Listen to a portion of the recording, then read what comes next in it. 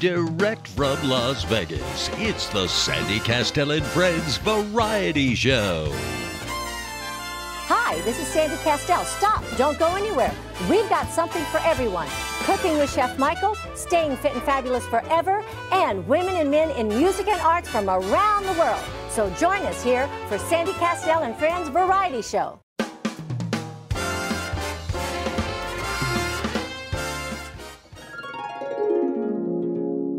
Chef Michael, what are you doing?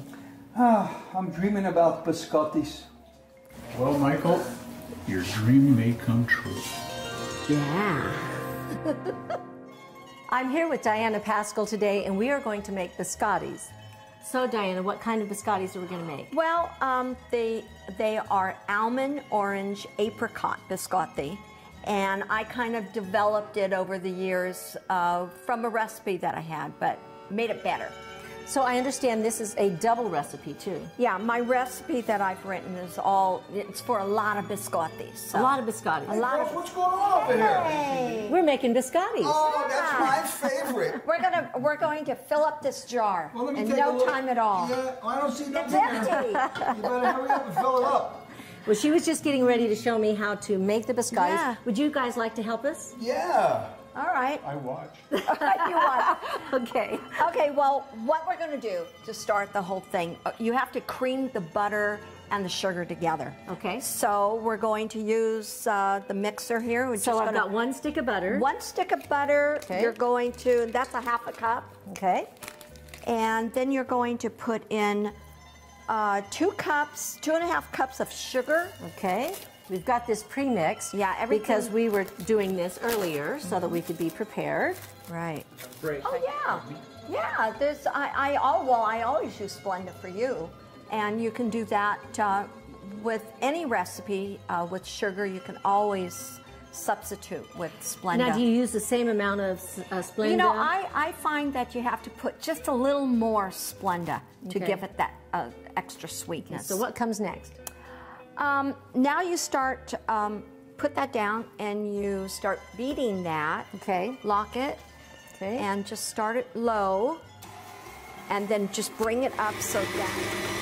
Okay, so while that is creaming, we're going to get the rest of the ingredients together so that we can start putting them in. So it's a really easy recipe. So, okay, so we're going to add 2.5 tablespoons of the amaretto. And that's okay. That's okay. I was just going to tell you more. It's whoops. Okay. That's 2.5. I think that's good. And then. Hey, it's the holidays. And I'm very excited. You know why? Why? Because it gives me a chance to go to Smith's on Sahara and Durango. They got the best of everything. Sandy, you know what they have over there? What? The best food, the best produce, the best meats. I love that place, and I can't wait to go. I know. We love shopping at Smith's. I'm going right now. The flour and the eggs. I mean, we've got. Here, Michael, would you like to add the flour? I'm going to give the honors to Dr. Perry. Oh, Dr. Perry. You get to add the flour. Okay, let's get this open here. So while he's doing that, I'm going to get the cornmeal ready. And this recipe, I see a lot of Italian recipes that call for cornmeal and things. And it works. And you just pour that in too. And there's What are you eating? a half a cup of He's cornmeal. eating dough. He likes the dough. Good. If I didn't need the dough, I wouldn't be eating the dough. Then we've got 4 teaspoons. How you doing, Dr. Perry? Slow. Slow? You want me to help you out there? Yeah. You doing good? All right. Just went over the floor. Come on, hurry up, Doc. It'll be New Year's Eve by the time we're done. So just pick up the whole bowl. Okay, and then Here, there's let me get that 4 teaspoons of baking powder 4 teaspoons of baking powder. and a half a teaspoon Here we go. of salt. Okay. Half a teaspoon Half of a teaspoon of salt. Yeah. Okay. Salt in it. Why? Because the recipe calls for it. Okay. Then Then we're going to put 2 whole eggs. And Michael could do that. He's good Yeah, at cracking Mike. eggs. What's that? 2 whole eggs. 2 whole eggs. And this recipe calls for 6 egg whites. Okay, so put this in. Put it all in. All right. Yeah. We're going to put 2 1/4 teaspoons of vanilla. You know, one thing teaspoons. I have noticed with baking, you have to be precise when you're baking. Okay, so Cooking gives you a 2 little bit and more what? 2 leadway,1/4? but when you're baking, you have to be right Did you say on the 2 button. 1/4? 2 1/4. With With this particular recipe, you don't have to fudge be. a little bit. You can fudge a little bit. Well, you know, like the amaretto. It's like, oops. We have a little extra. So we really need to get that going. Okay, so what do you want? You ready to? Okay. There you go. You had to taste all the ingredients. Now, do we leave this low? And to give that really good orange flavor, we're going to put some orange zest in it. So my recipe calls for 2 tablespoons. So tell them how we got that orange zest. Well, you know, you just get an orange, and you have a zester, and you just take the rind. You don't want the white part under. So that was the like rind. a real fine grater that we used. It's a real to get it. fine Yeah. grater. Right. We just grated around and got the little orange peel, and that's in there now. Right. WIMA. What does that mean, Sandy? Women and Men in Music and Arts. WIMA. Empowering artists of all ages through education, mentoring, and scholarships. What a great feeling to give these scholarships to these people that need it. I know, and you can go to WIMAfoundation.org, become a member, or make a donation.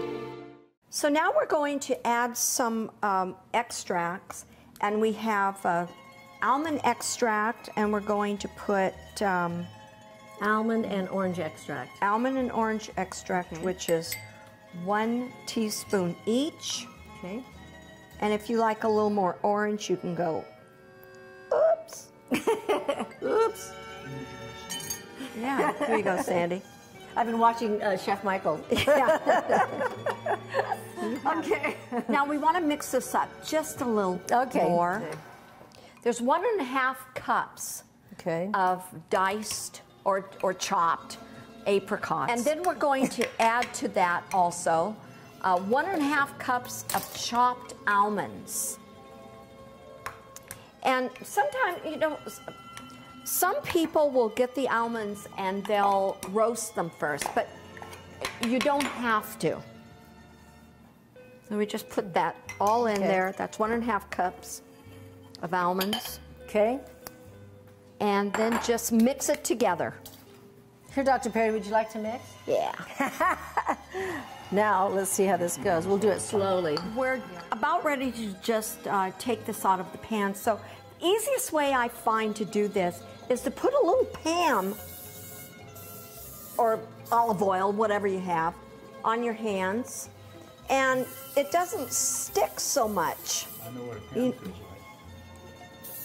like. Okay. Otherwise, you know, you've got it everywhere. So you just use it like lotion. Okay. I'm so glad we put the Pam on our hands. No. Can we do this? Maybe we shouldn't do this part. No, this is the fun part. Now, remember, this is for a double recipe. So Okay. what you're going to do, you're going to get this all incorporated here on the flour, and then you're going to cut it in 4. So you're going to cut 2 pieces out of that, and best way, we're going to make logs out of that. So just, Michael, you're the chef. And just separate those. You did that so well. He's so good at this. Okay, and now we're going to just move your board over and put one of those right here. And now I want you to pat that out so it's about about an inch thick. Just use the palm, Perry. You can do the other one. There you go. And you just want to kind of think about what a biscotti looks like and how big you want it to be. because they're not going to rise a bunch or anything in the oven. I'm using parchment paper because when you use parchment paper and in baking, number one, it's cleaner. You don't have a big mess to clean up. But then it seems to make these a little crunchier. So this one's perfect. This one needs a little more. That's what I told him. You know, he's a doctor. Listen. He's a doctor. Yeah, but you know what? The good thing about think... this is you can make them different sizes, because sometimes they have them thicker and sometimes they're smaller. Yeah, sometimes. I've made them really, really big before. Really. They were really big. You know, really big. It's so wonderful to have you here on the show doing this, because one thing that I do not do, and I made it very publicly known, I never bake. That's right. I don't bake. My grandmother was the best cook in the world, but she didn't bake. And we had to drag him in here screaming and yelling to get him into the kitchen to bake with us. Well, see, I'll teach you, Michael. You taught me how to make meatballs, so I can teach you how to make dinner. There you go. So there you go. So here you go. Now, this recipe will make 4 of these logs. So now we're going to put these in the oven, and they stay in the oven at 325 degrees for 30 minutes. Just put them on the bottom. Bottom shelf? On the bottom shelf.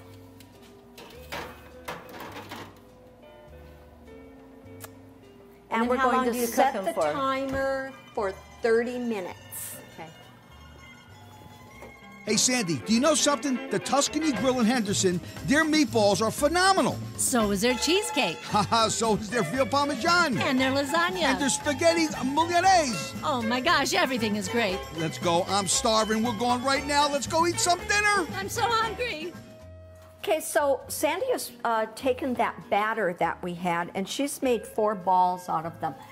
We were a little loose on our mixture, and that's fine. You know, just add a little more flour to it and just incorporate it. So with the magic of television, we're going to put these away for now. And what we can do is just get some saran wrap and just cover them, put them in the refrigerator. You can use them, you know, right then. Normally you would put it in the pan right now and bake them.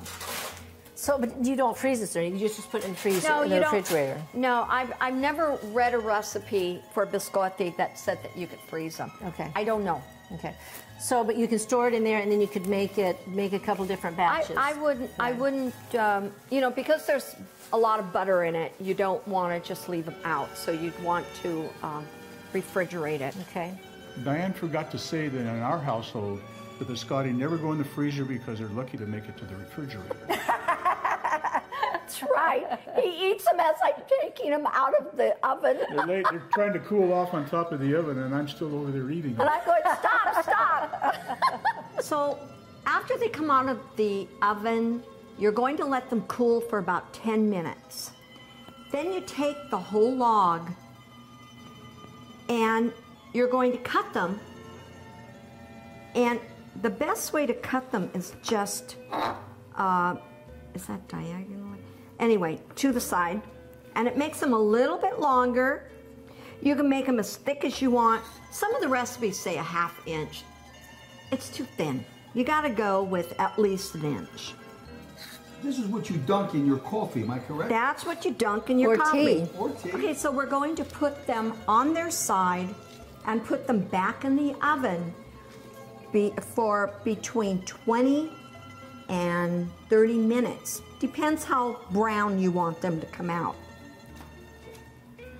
And during the cooking, you can go in about halfway through and turn them over and then let them finish baking. So now these are ready for the second baking. That's what makes the biscotti have that crunch to them. Okay, so we're gonna put them in the oven for between 20 and 30 minutes, up to you. Here, you better grab one. Oh, you got it. Okay. They're good just like that, but they're still soft. They're more like a regular cookie at this point. So 20 to 30 minutes on that. You know what Benjamin Franklin said? What? Anybody who represents themselves as a fool. This guy, his name is Neil Colmaneras. He is one of the best civil attorneys in Las Vegas. Do you know what he specializes in? Asset protection, estate planning, business law, bankruptcy, foreclosure, immigration. That's what I love about this guy. Neil Colmaneras. He's the best.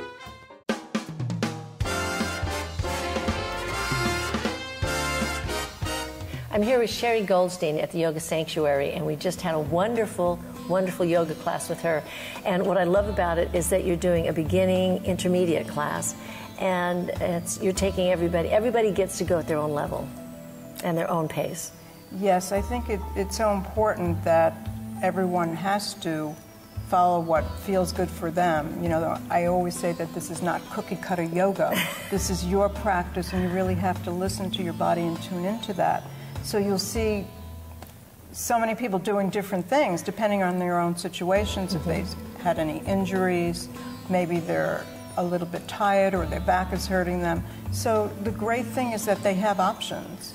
And I noticed there's a lot of, we have the pads over there, like some of them are small cushions, some of them, there's blankets. Yes, these are props. Your props. And then you have the little cubes. Now the cubicle, those cubes, what are they called? The blocks. The blocks. Yes. And those help you, so if you can't, maybe at the moment, you can't get as far, those help you support so that you can get into some of the positions. Or if you don't have the flexibility, it'll actually raise the floor. If somebody can't bend down or put their hand down, it'll raise the floor. So the props really are a great guide in helping people increase that flexibility. We even have what are called our restorative classes, where you're using those props to open up the body, let the muscles relax, so then you can start to actually strengthen. See how she opened up? See, she sat up. Those restorative classes are so popular because it's great for the mind, it's very calming, but it does open up the body and get it ready to do those stronger poses. Now, I notice you have a really good pose there, right? Now, my pose isn't quite. And everybody is different, and sometimes it's structural. Right. And I think people got to understand that we're not built the same way. We don't have the same DNA, so we're all unique.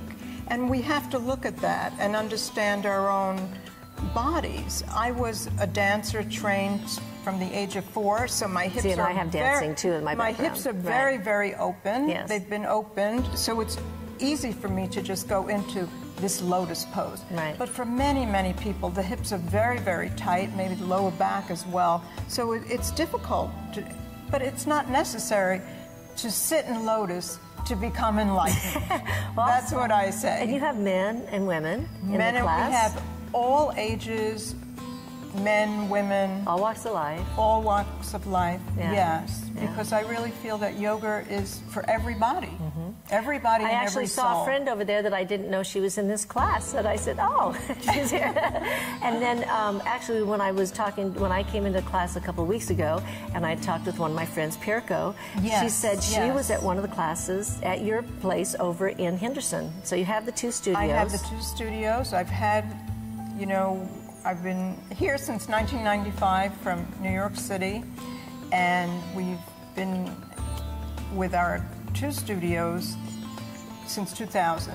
We had a studio in 1997, and then we have been here since 2000. I know. In fact, I had your old address. And the years just keep going, but it's wonderful to see so many people that are have more awareness about the benefits of yoga, because it's an ancient practice and it's timeless.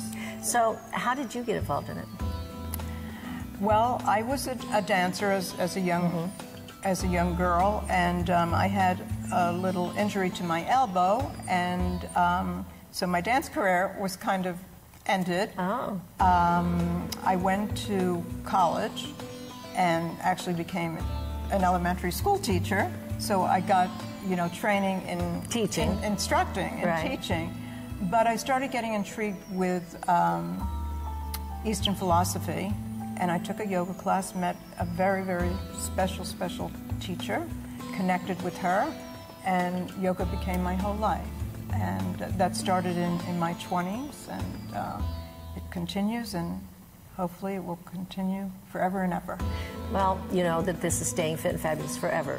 And Forever. Forever, Yes. forever. Yes. And I really think it's important that there are a variety of different modalities or different exercises and things that we can study along the way. And this is one of them that I think is very important to us. In fact, I've been away for a while. Haven't been back here for I think a couple years, because I was traveling a lot. I went back to Nashville. And so I just started coming again. And I was nervous. I have to admit, I was nervous because I said, okay, I know we're going to be filming this segment because I want to film the yoga because I think it's very important. And when I came back to class and I had that swelling in my body, I thought, oh gosh, here we go. But I got there and I did the class, and I have to tell you, it's just gradually coming back. You know, and that's wonderful, Sandy, because when feel. I saw you, it's like riding a bicycle again. You know, your form was right there. And it's just being mindful and tuning in. And gradually, consistency is very important. And I do feel that you'll come back and you'll be a great yogi. Well.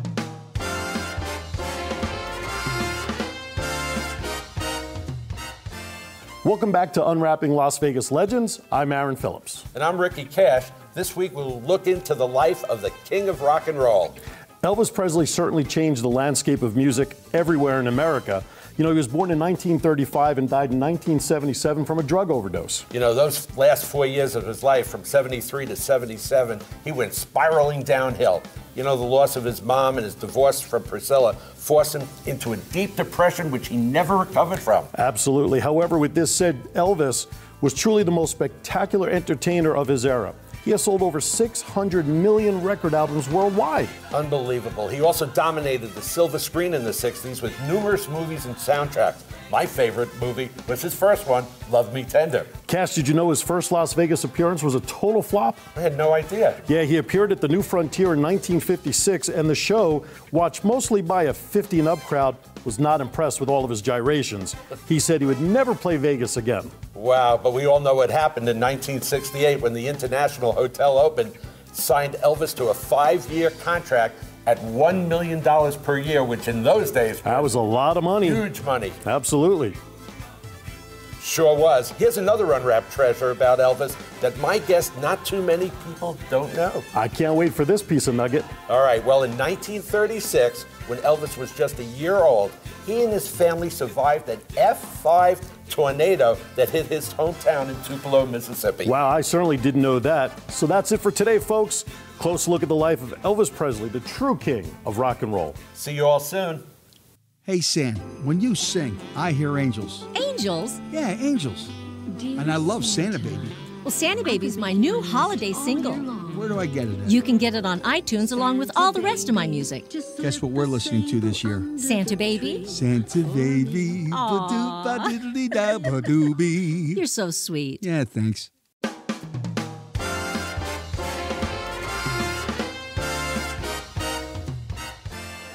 I'm here with Wendy Karigianes, and she is one of my favorite singers. Hi, Wendy. How are you? How are you, Sandy? Good. It's so good to have you back on the show. It's great to be here. I was just saying, you know, it was last May, about the beginning of May, that I had you on my first radio show at KLAV. That's right. That's right. And we were taking our first picture together.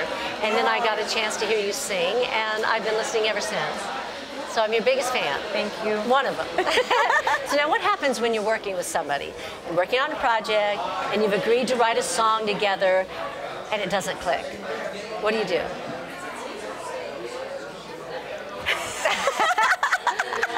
Shy away from it? You go, I really like this. I'm just kidding. I don't know. I think... or have you ever had that happen? I really haven't had that happen. Well, I can't say that. I've had people email me things and send me stuff, and I've, you know, to review, and I kind of let them know it's not really the feel that I'm looking for, what I'm doing. It doesn't really fit the project, and, you know, it's... It doesn't mean that it's never going to go. It's just, you know, as you know, as an artist yourself. That's right. As a writer, it comes from our soul. It's an expression, and anything we sing has to be felt from our heart. And if we don't feel that, you can't uplift other people, which is our gift in the first place, is to help, you know, to make other people feel good. So we have to feel good in the first place. Where do you get most of your inspiration from? You know, I think life, and you know, I've said this before, all of our life experiences. I love listening to people. I love watching people that are wonderful perform. I love art. You know, I love meeting people. I like people in general that are just you meet them and you hear their stories. And coming to your show today, I just met a girl who I can't wait to hear sing. I'm like, yeah, an opera singer, new to town. Yeah. And people that inspire you, people that have love and are passionate about what they do. That's inspiring. Well, I know that like you said, you've got a lot of projects that you're working on. And I didn't know you were working on some projects to go to Europe, though. Where at in Europe? Do you have any particular place? Well, we're just kind of looking all over right now. Okay. And I'm putting an EPK together with the Los Angeles band, and have a lot of footage that's getting edited right now, and it's taking a little bit of time, and that's okay. Shot a music video last month, and that was exciting. And we have. Can we see that anywhere? When it's done at my website, wendysings.com. Okay. But until then, we still have an LA shoot to do with it. David Michael Feast is directing it, and we have to get Brandon on tape now as a sax player on the song and the producer. And Joey Melotti played on it. So and you probably need somebody in the background, right? Like, yeah. Well, Wendy, it's always great to have you on my show. Thanks a lot for being on Sandy Kastel and Friends. And I look forward to hearing you sing tonight. Thank you. And when the wind blows, I won't let you go. My love will overflow.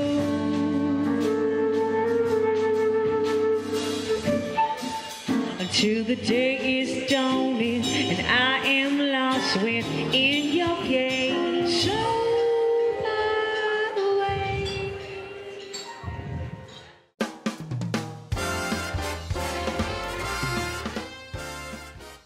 After they're finished baking and cooled, then I melt just a little bit of butter in the microwave, take it out, pour a little more amaretto in there, and brush each end. So I brush them all, turn them over, brush them again. That's it. Then they're ready to eat. How about now? Can I eat one? Well, yeah. You know, the nice thing about biscottis is that they're good any time of the year, especially during the holidays. That's what I'm talking about. Hey, and they're ready to eat. Here you go. Right out of the oven. Oh, that smells great. Oh, they smell great. Let me grab one here. May I have the honors? I'm going to do a little dunking here. Here I go. Thanks.